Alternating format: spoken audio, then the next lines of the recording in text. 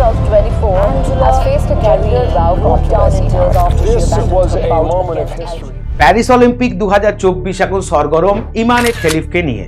2024-এর Paris অলিম্পিকে খেলিফ মহিলাদের 66 KG light ওয়াল্টারওয়েট বিভাগে প্রতিদ্বন্দ্বিতা করেন।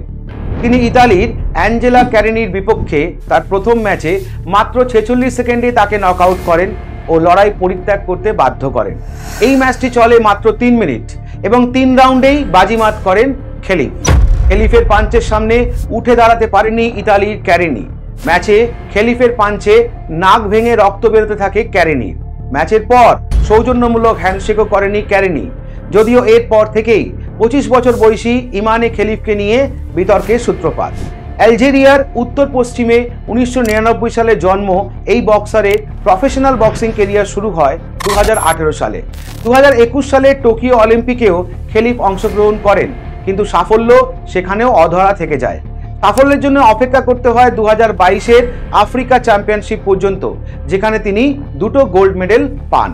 যদিও 2023-এর ওয়ার্ল্ড বক্সিং চ্যাম্পিয়নশিপ যেটি দিল্লিতে অনুষ্ঠিত হয় সেটি তার খেলা হয়ে ওঠেনি।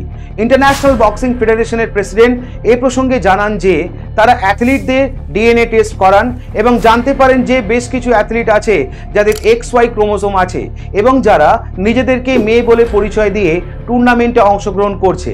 সেই সমস্ত অ্যাথলিটদের চিহ্নিত করে তারা যাতে টুর্নামেন্টে অংশগ্রহণ না করতে পারে সেটার ব্যবস্থা করা হয়। যদিও আলজেরিয়ার মিডিয়ার বক্তব্য অনুযায়ী খেলিফকে ডিসকোয়ালিফাই করা হয় তার উচ্চ টেস্টোস্টেরন লেভেলের জন্য। এরপর খেলিফ অংশগ্রহণ করেন প্যারিস অলিম্পিক 2024-এ, যদিও বিতর্ক এখানেও তার পিছু ছাড়ছে না। আন্তর্জাতিক অলিম্পিক কমিটি এ প্রসঙ্গে খেলিফের পাশে দাঁড়িয়েছে এবং তার যোগ্যতাকে ঘিরে বিভিন্ন প্রতিক্রিয়া সত্ত্বেও আন্তর্জাতিক অলিম্পিক কমিটি নিশ্চিত করেছে যে তিনি একজন মহিলা হিসেবে প্রতিদ্বন্দ্বিতা করার যোগ্য।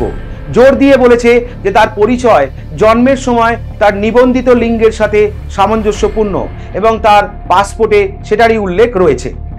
ম্যাচের পর ইতালির প্রধানমন্ত্রী ক্যারিনির সাথে দেখা করেন ও বলেন যে সমস্ত খেলোয়াড়দের মধ্যে মেল জেনেটিক ক্যারেক্টারিস্টিক্স রয়েছে তাদের ওমেন কম্পিটিশনে অংশ নেওয়া উচিত নয়।